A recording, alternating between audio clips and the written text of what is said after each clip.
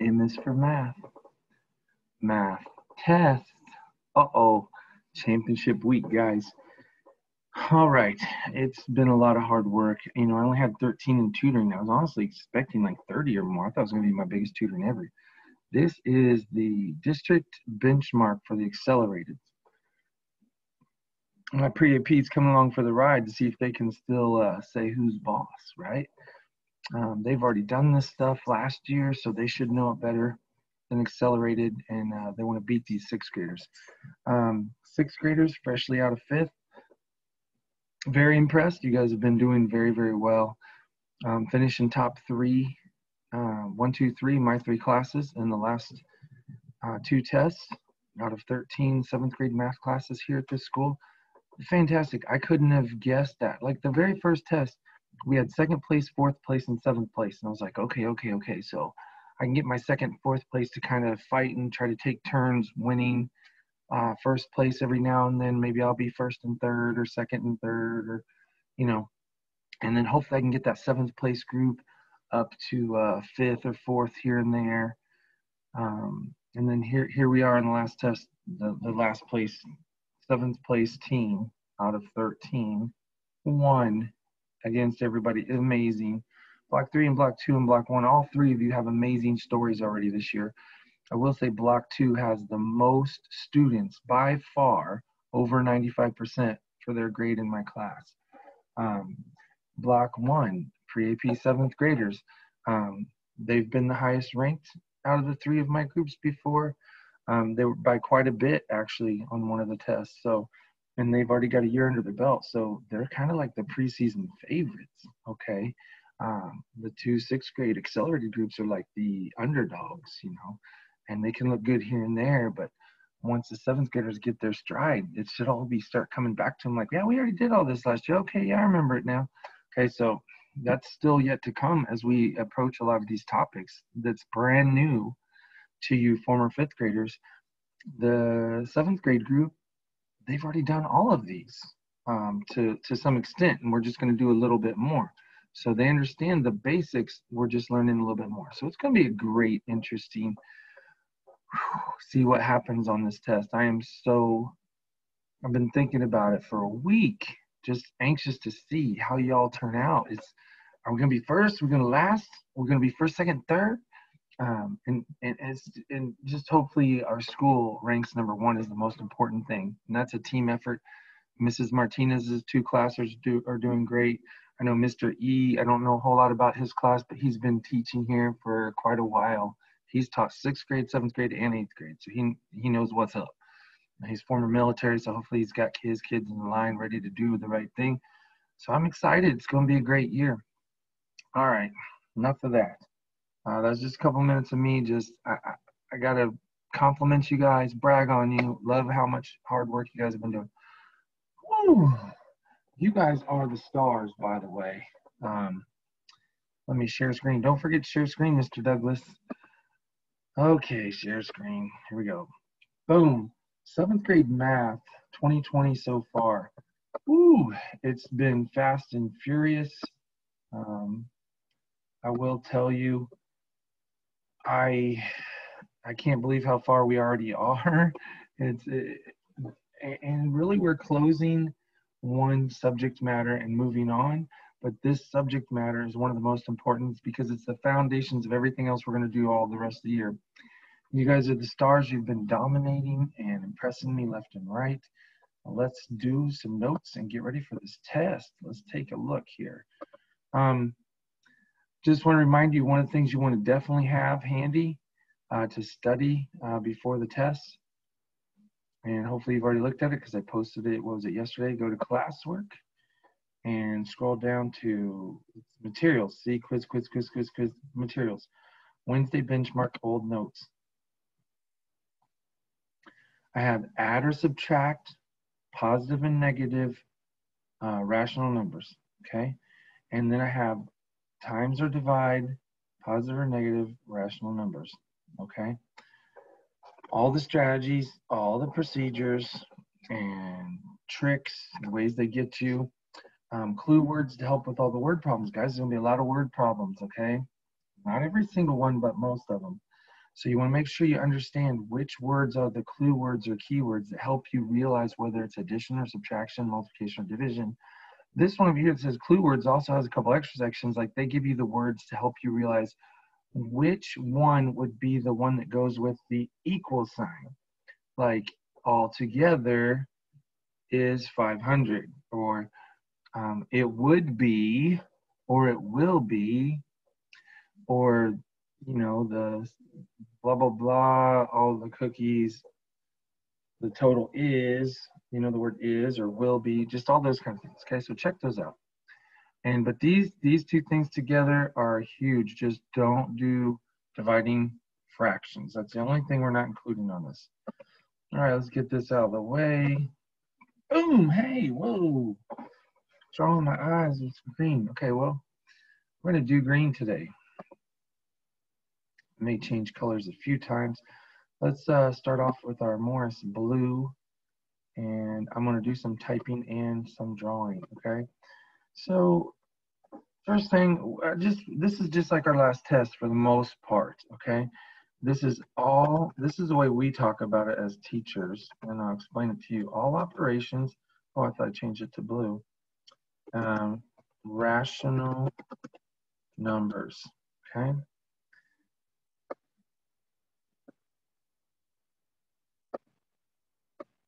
There we go. Ooh. So, I guess I could just do this. Rational numbers, guys, draw. We're talking about plus. These are operations. You guys are math doctors. You perform operations. Plus, minus, times, and divide. Okay, those are the operations you're doing. What kind of numbers are rational numbers? It includes 0. It includes 1, 2, ... but it also includes -1, ... Okay, includes all that, and it includes fractions and decimals, and also negative ones. Okay. All right. I didn't want to delete the whole thing, but that took up too much room. All right, here we go. Some of the things to keep in mind when you're taking a test. Over time, you can get math fatigue. So feel free to have some snacks or drinks nearby you as you start this test. Guys, this is not an all-day test. It has to be taken and completed in class during the 2-hour period. It's a district test, sorry. That's the rules. They want to make sure that everybody around McAllen, all the students, have the same amount of time to take it, okay? Number 2, make sure you're always on the lookout for the words not or not, because sometimes they make it all caps and bold, but every once in a while, this might only be 10% of the time, they just spell it like all the other words, not, okay? And you may not notice it because it looks like all the other words. Usually they're nice and they make it all caps and make it all bold to stand out a lot of times, but you can't count on that, okay? Let's see, where am I at here? I just realized I can clear everything. There we go. Let's go back to drawing. Okay. What else do you need to know about? I just want to give you a bunch of situations.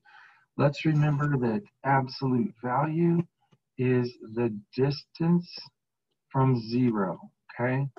Now, I don't know if they're even going to have the words absolute value on the test, but what they will have, those bars that are on the left and right side of a number, okay? That means they want to know, it means the distance from 0, like on a number line. So I could go here, and here's 0, 1, 2, 3, here's -3. They're just asking you, how far is -3 from 0? Really? Oh my stars. It's 3 spaces from 0. So why don't they just say that? How far is it from 0? They're trying to get you aware of the concept. Now, I don't know all the other reasons or the story behind who invented this or whatever. I don't know if it was 10 years ago, 100 years ago, or 1,000 years ago. But the bottom line is they don't necessarily think of distance as negative. So if I ask Scotty, how far did you walk to school today? 2 blocks. Oh, okay, cool. So after school, how far did you walk back? -2 blocks? No, we don't say distance is negative, okay? So that's kind of what absolute value is like. Now I could do the same thing if I said the absolute value of 2. Okay, 1, 2. How far is 2 from 0? 2. Okay, so you're going to say it as a positive. So the absolute value of -3 equals 3. The absolute value of 2 equals 2. Oh, that's simple enough. So the absolute value of -17 equals 17. All right, here's where they try to get you.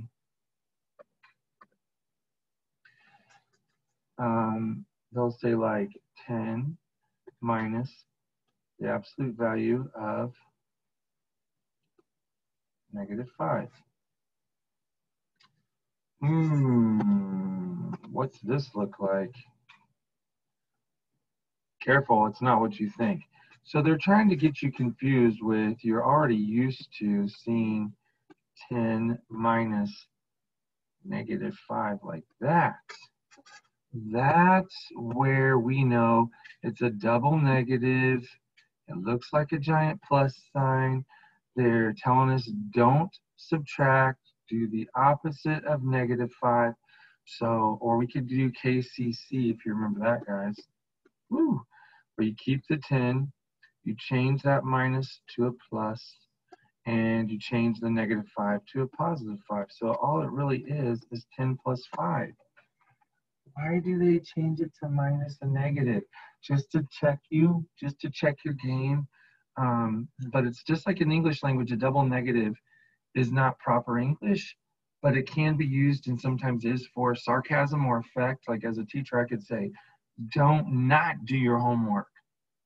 Do I want you to not do your homework? No, I really want you to do your homework. Okay, so that's all that is. It's the opposite. Okay, so the trick they try to do, back to this, we got off course here. This is 10 minus. That minus is not inside the absolute value. So it's still here. But the -5 is 5 spaces from 0. It's still going to come out positive. But the minus symbol is still there waiting for it. So 10 minus 5 is 5. Okay?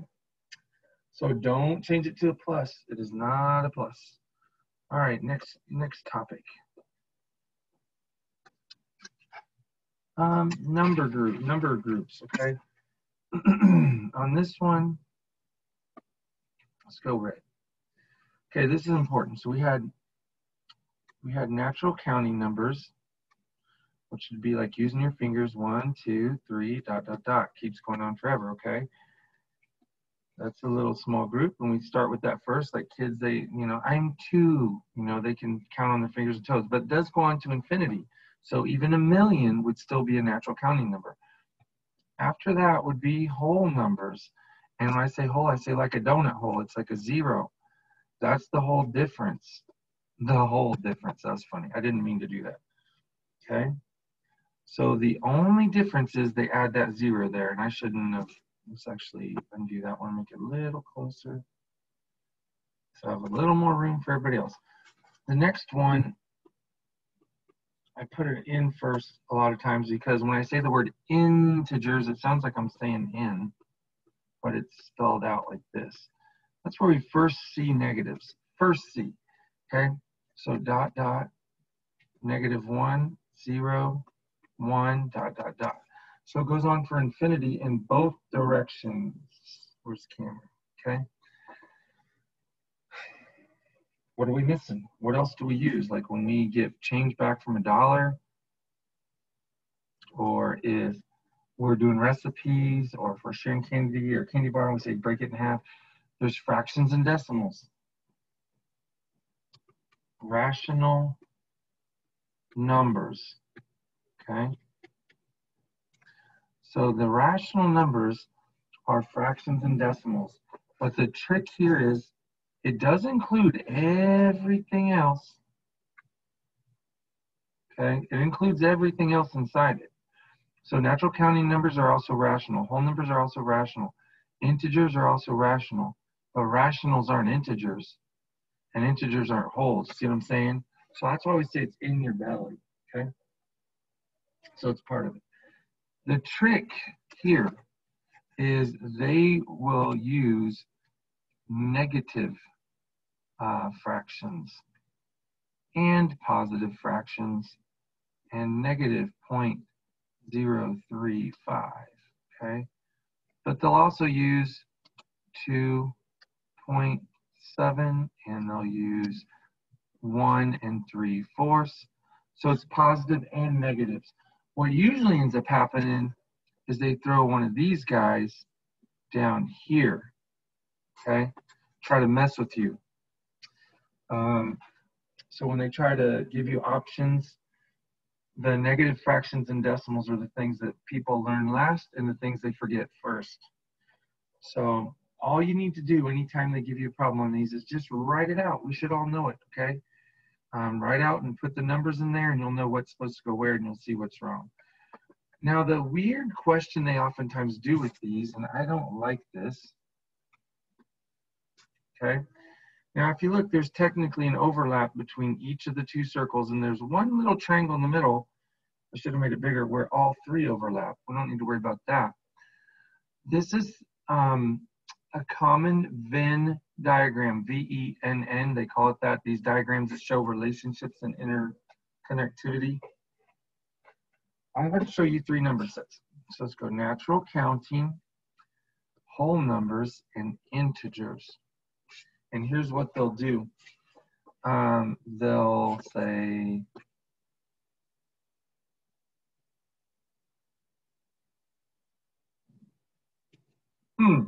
what numbers can fall there? And you're like, what are you talking about? What numbers?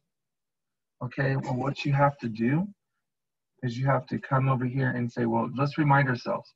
This is 1, 2, ... This is 0, 1, 2, ... This is ... negative 1, comma 0, comma 1, ... Okay? What they're saying is what number is shared, you already see it, right, between integers and whole numbers, but not natural counting numbers. It is not a natural counting number. Well, you can see right here, the 0. So technically the 0 goes right there. So that would be your answer, okay? So just draw the numbers that belong to each set, and that will help you realize what fits where. Okay, so far so good. Moving right along. I did 2 whole lesson plans already. Next thing I want to talk about, we didn't really do a whole lot of. Let me say something on test strategies first, okay? I already talked about the knots. Don't not see the knots, okay? Test strats, okay? First of all, be on the lookout for the knots. Second of all, circle numbers and word numbers. So this would be like a 2 and this would be like TWO. Sometimes they write the word. Underline keywords and the question at the end, okay? The last thing you want to do, I don't know if I can move this. So maybe I can't. Hold on. Oh, okay. I can move that, but that doesn't move. The words don't move.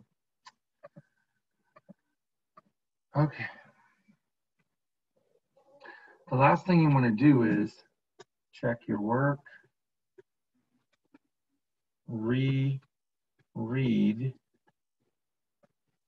question. Okay.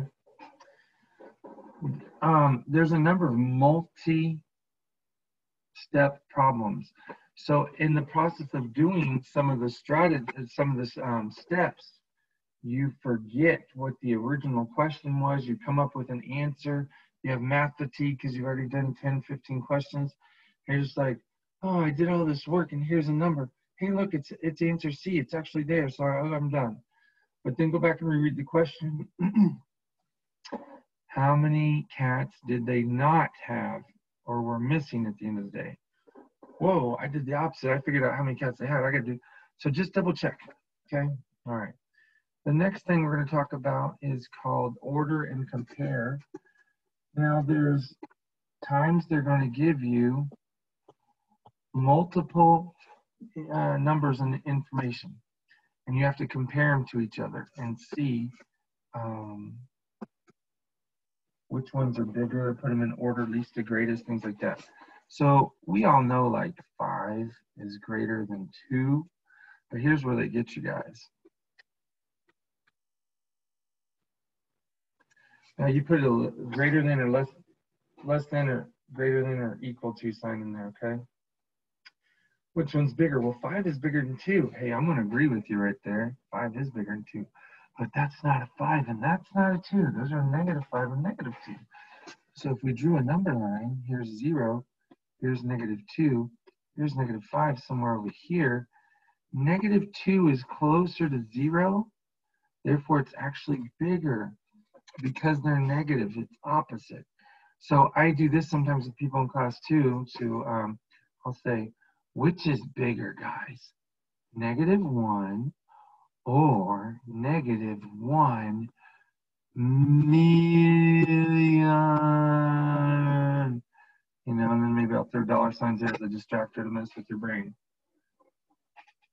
Million, that's a lot. But it's -1 million. It's negative. So the -1 is much closer to 0. Okay? All right. Clear? A couple other things on this topic. They may give you a few different things. Let's just do a couple of these. -3, 1.5, 5.1, 5/8. And lastly, this one, -3/4. Okay, this is a lot of them. And they're going to tell you, put it in order. When I'm looking at the least to greatest, usually it's least to greatest. Make sure you find that and make sure of that first when they tell you to put things in order, okay? So this one, because a lot of times they will ask you for the greatest thing first. Our brains naturally want to go small to big, but they will ask it backwards. Okay, so since this is least, we want the 3 negatives first, okay? So here they are right here, okay, all 3 in a row. Well, first of all, you could just make a number line, okay? Here's 0. Well, 1, 2, 3. Here's -3. -3.4 is going to be further, okay? So -3.4 is going to be further away from 0. So that covers those 2 negatives, okay? Least would be -3.4, then -3. Well, then you got this, it's not even a -1. It's about right here. Okay, so there's our first 3 in order. And then we got a 5.1, it's going to be way over here by itself. And then a 1.5 is going to be somewhere in here. But this 5/8 is not, it's not 8/8, it's not 1. So if this is 1, then the 5/8 is a little more than halfway. Okay, so now I can put them in order. -3.4, -3, -3/4, 5/8, 1.5, 5.1. Okay. Just another concept, and then we're moving on to some problems more like what we've been dealing with. Which is bigger? -0.7, -0.07, or -0.77? Which one is bigger? Well, we could do a number line. That's what my teacher told me. Here's 0. So -7 is going to be way over here. -0.7. Well, -0.77 is going to be a little bit further.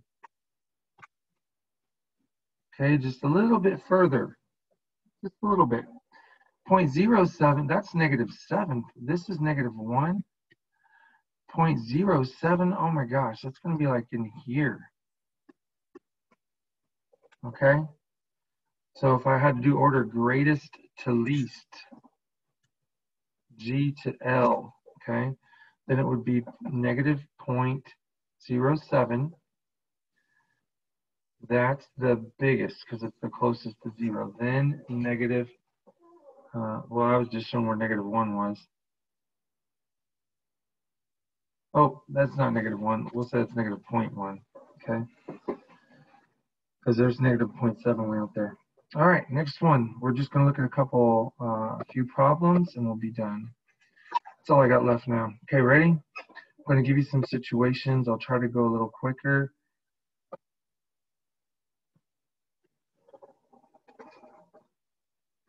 Mr. D, classes.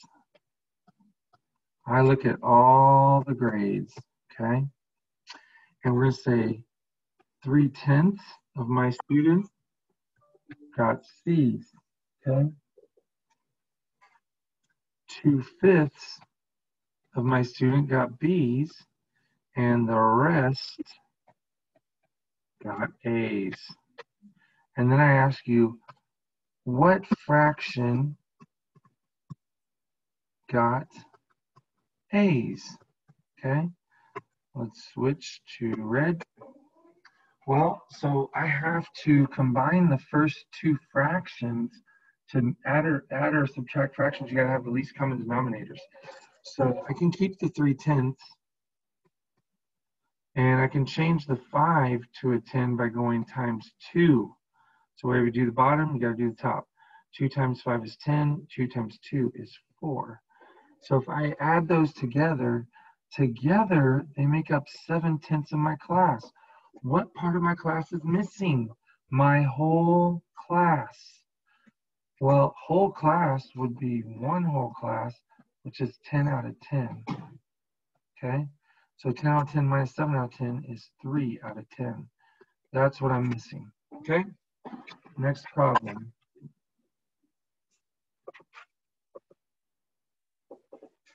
Here we go. Draw a little. Okay, that's my little airplane. The airplane starts at 700 feet, okay? Then it dips down 530 feet lower. Not to 530 feet altitude, but it just drops from 700 feet and it goes minus 530, okay? Then he ascends. Now that's the opposite of descends, means goes down. Ascends means goes up. He ascends, she, 180 feet. And then I say, what is the altitude at the end? Let's change colors. All right. So you're going 700 feet minus 530. Okay, the picture's in the way there, but that's going to be a 6. I'm going to borrow from there, so I'm going to get a 70 and a 1. So I'm at 170 feet. So, and I said on one of the classes in tutoring, there's a crop duster. I don't know their real heights or how far they go, but he goes from 700 down to 170 all of a sudden, so he can crop dust. Then he ascends, or she, another 180. Okay, where does he end up? 7 plus 8 is 15. Carry the 1, 350 feet. That's the final altitude. Okay, ended up being exactly half of the 700. That was random. I did not plan that. Okay, I just make these up a lot of times, guys. Okay, here's another one. These are all concepts that are going to be on the test. Okay, I'm making this up. We'll go with pink this time. You have 58 liquid ounces, OZ, of a liquid chocolate that you made, okay? And you're making a special dessert called bonbon dippers, okay, or bonbon dip cups. And you can dip like strawberries and different things in it or other candy, okay? Now, each bonbon dipper cup requires 3.7 ounces per treat, okay? And I said in tutoring, like, your parents have a food truck and your friends and everybody really loves your dippers, your bonbon dips, and your parents like it too. So they say, hey, bring a bunch of it out to the food truck this weekend. We get a lot of traffic. You can make some money for yourself. Okay. So the question is, how many number complete treats can you make? Okay. So this is a division problem. You're going to take the 58 divided by 3.7. Now the trick here is, guys, I'm not going to make you watch me do a bunch of division, but anytime you see this, I jokingly called it like the baby out of the house. Who let the baby out of the house? So the strategy is move back, copycat. There is no decimal. That means it's right there because there's nothing there. Move back, copycat. You got to go back one and move the decimal to the top. The new decimal is going to be there. Okay. Now when you're all said and done, just save a little time. Comes out to 15.6 something, okay? And so if your answer choices were 14, 15, 16, 17, I will tell you from past tests, and this was after spring break, after my kids already knew everything last year, I would get a number of kids saying 16. But it said how many complete treats? 15. You don't have enough to make the 16th. This is extra. Sure, you could try to sell it or eat it yourself or put it towards the next batch, okay? So the complete treats, be careful on that. That's a little tricky when you see things like that. All right. I think we did all these. Here's one. Beginning of the year, we did counters.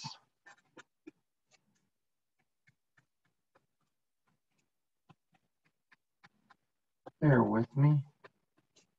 Okay, so if you solve this,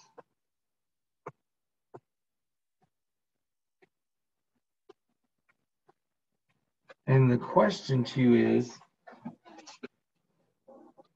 which option below does this equal? And you're gonna have multiple choice A, B, C, and D, okay? Well, there's some grouping going on. So, you know, and I think in the picture, it might even show all the counters just all over the place. And then it shows that they've been organized into groups. So it's like you've taken a grand total and you're doing something to it to get it into groups. And that's just divide, if you heard what I was saying. So we're gonna have a division problem here. What's being divided by what? Well, first of all, what's the grand total? Well, if you count up all the counters, you have 3 times 4, which is 12. So we have 12 total. And what are they being divided into? What are the scissors? How many groups? They're cutting it into groups of 4. So it's 12 divided by 4. And what's our answer on the inside there? 3. Actually is, okay? 12 total green counters divided into 4 groups equally. So I circled each of the 4 groups, and you can see that it does come out 3. All right. Some of these things are pretty logical, but we've never talked about some of them the way they're talking about them. So I just want to make sure. Okay, I think we did most all of these problems. Here's one.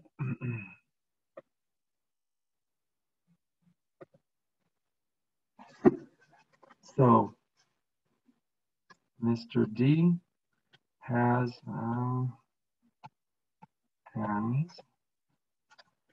100 candies, and I want to share equally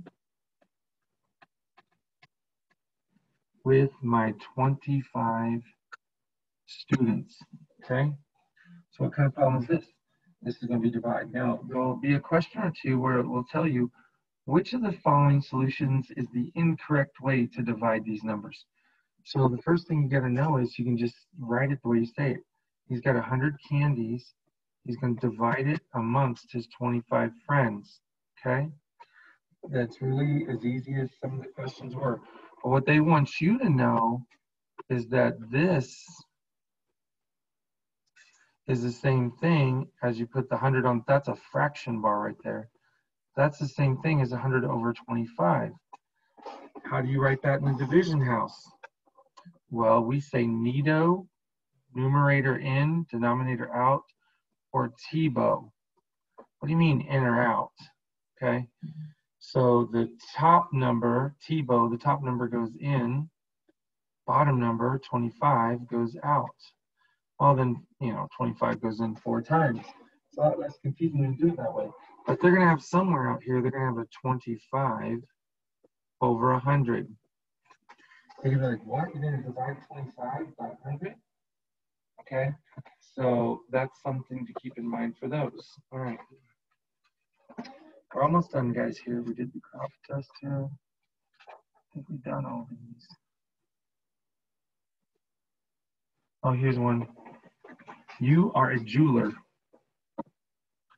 Let's pretend this is the color of gold. Hi, it's a color of gold, boys and girls. There's probably a word for this, and I think I've heard it, and I can't remember it off the top of my head. If you're a jeweler and you're doing a bunch of work, and my numbers are going to be off, it wouldn't be this much, I'm sure, but just for the sake of doing it. You were working on some big projects of jewelry for some celebrities or whatever, so there's a lot of gold and different precious metals. When you're done in the cutting area where you do the jewelry making, you have 0.35 grams left. You have 1 1/4 gram, and you have 2 2/5 grams of gold. Actually, it might be ounces of gold, whichever. Yeah, ounces. Okay. And then they say, how much total is all your scrap, all your precious metals you just got there, that's leftover pieces? Okay, so when you're going to add, guys, I'm going to just tell you, you need to try to always just go to decimal. Now, every once in a while, you'll see where it'd be better to go to fractions. If they have 3 fractions and 1 decimal, well, by all means, change it to fractions. The thing about fractions is you then also have to get the least common denominator. So it'll be much easier just to change this 1 to 1.25. Then you can line them up and add them together, okay? I think we're about done. Let's just share equal candies, yes. Okay, guys, that was the gist of the things I wanted to remind you. Just take your time on the same sign, different signs, and change it from same sign to different to same situation. Okay, that's my last parting wisdom. I don't have to use brown.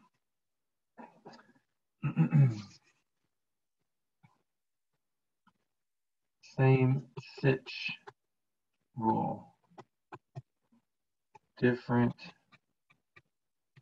sitch rule. I didn't make these up. I think situation better explains it. So if you have -2 and you have -5, I'm telling, and then let me add one down here. I'm